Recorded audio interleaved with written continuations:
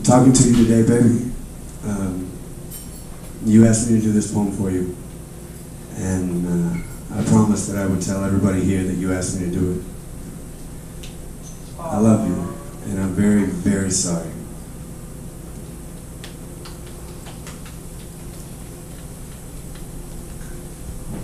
I abandoned my daughter.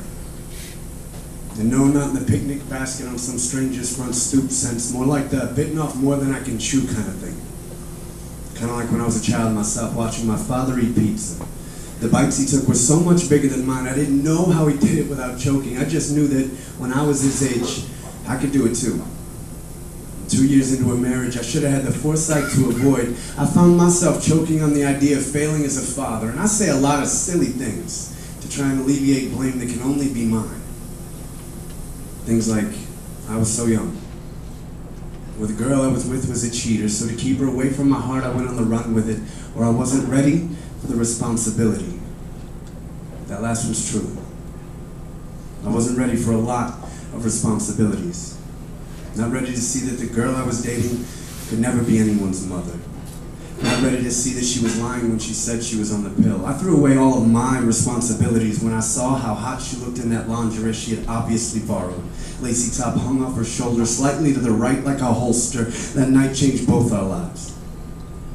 I've come to terms with the choices I've made and make, and I realize a lot of them have been mistakes, but admitting them, well, that doesn't mean that I'm proud.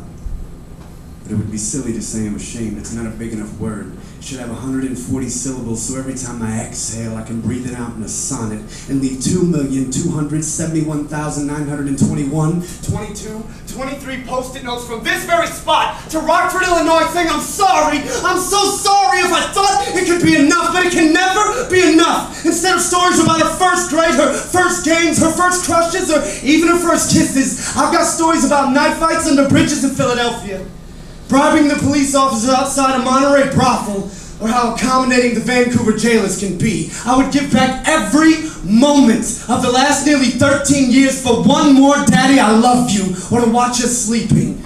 No, if I can pick, please let it be dreaming. So I can see her long eyelashes fluttering, hoping inside she only gets cotton candy clouds that won't rot her teeth, just leave a sweet taste in her mouth, and not the bitter one she gets when anyone asks about her father.